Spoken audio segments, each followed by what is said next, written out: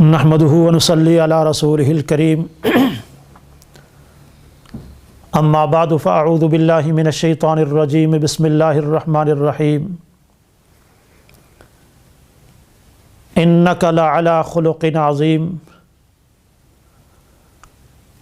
آمنت باللہ صدق اللہ العلی العظیم وصدق رسولہ النبی الکریم ونحن على ذلك لمن الشاهدين والشاكرين والحمد لله رب العالمين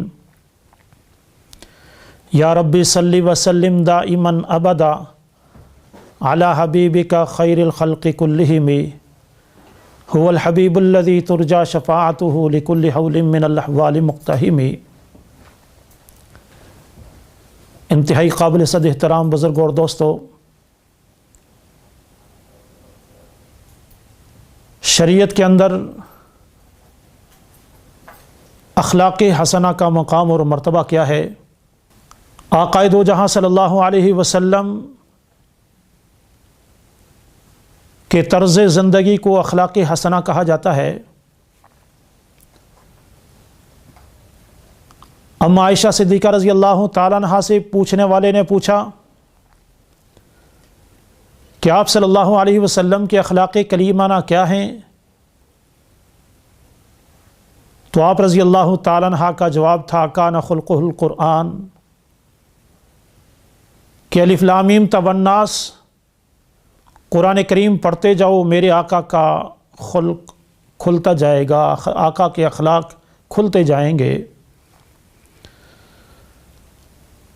تو الف لام میم تا والناس آقا دو جہاں صلی اللہ علیہ وسلم کی سیرت ہے، آقا دو جہاں صلی اللہ علیہ وسلم کے اخلاق ہیں۔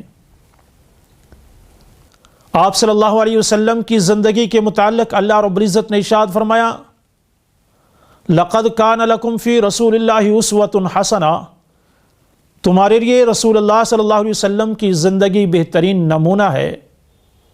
تو آپ صلی اللہ علیہ وسلم کے اخلاق کیا تھے؟ ہمیں کس طرح آقا دو جہاں صلی اللہ علیہ وسلم کے اخلاق کا نمونہ بننا ہے؟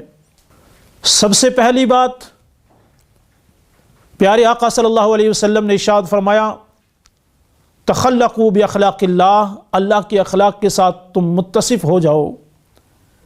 اللہ رحیم ہے، تم بھی رحم کرنے والے بن جاؤ۔ اللہ کریم ہے، تم بھی سخی اور سخاوت کرنے والے بن جاؤ۔ اللہ کی صفات کے ساتھ متصف ہو جاؤ اور اعلیٰ اخلاق کریمانہ کی تعلیم آقا دو جہاں صلی اللہ علیہ وسلم نے رہتی زندگی تک دی۔ آپ صلی اللہ علیہ وسلم کے متعلق قرآن مجید فرقان حمید کے اندر آتا ہے کہ انک لعلی خلق عظیم، آپ اخلاق کے اعلیٰ درجے پر تھے۔ اخلاق کے 3 درجے ہیں۔ حسن اخلاق کا پہلا درجہ جو یہودیوں کو دیا گیا، جس میں ارشاد فرمایا ان النفس بالنفس والعین بالعین والانف بالانف والاذن بالاذن والسن بالسن والجروح قصاص، کہ جیسا عمل ہو اسی عمل کے مطابق بدلہ۔ کسی نے نقصان پہنچایا، اسی نقصان کی مقدار میں اس کا نقصان پہنچایا جائے، کہ معاملہ برابر سرابر ہو۔ یہ اخلاق حمیدہ کہلاتے ہیں جو یہودیوں کو ملے ہیں۔ اس سے آگے بڑھتے ہیں، اخلاق کا ایک درجہ اخلاق کریمانہ ہے جو نصارہ کو ملا، کہ جو تم پر ظلم کرے اس کو معاف کر دو۔ یہاں تک کہ نصارہ اپنے پہاڑی واعظ میں یوں بھی کہتے ہیں کہ اگر تمہارے ایک منہ کے ایک طرف ایک گال پر کسی نے تماچا مارا تو دوسری طرف بھی اس کے سامنے رکھ دو۔ لیکن آقا دو جہاں صلی اللہ علیہ وسلم کی جب باری آتی ہے، جب امت محمدیہ کی باری آتی ہے، تو اللہ رب العزت ارشاد فرماتے ہیں انک لعلی خلق عظیم، ہم نے آپ کو اخلاق عظیمہ عطا فرمائی۔ کیسے اخلاق عظیمہ؟ جس کے متعلق ارشاد فرمایا فاعف عنہم واستغفر لہم وشاورہم فی الامر، کہ آپ ظلم کرنے والوں کو معاف کیجئے اور ان سے درگزر کیجئے، وشاورہم فی الامر، اور انہیں اپنے ساتھ ملانے کے بعد معاملات میں مشاورت بھی کیجئے۔ حضرت عائشہ صدیقہ رضی اللہ تعالیٰ عنہ ارشاد فرماتی ہیں فتحت المدینۃ بالاخلاق، کہ مدینہ کو آقا دو جہاں صلی اللہ علیہ وسلم نے اپنے اخلاق کریمانہ کے ذریعے سے فتح فرمایا۔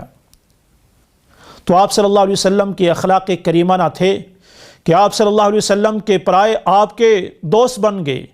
انبیاء علیہ الصلوۃ والسلام جب بھی اپنی نبوت کی دلیل پیش کرتے تو کسی معجزے کو پیش کرتے تھے، لیکن آقا دو جہاں صلی اللہ علیہ وسلم نے نبوت کی دلیل جو سب سے پہلی پیش کی، آپ صلی اللہ علیہ وسلم نے اپنا کردار پیش کیا۔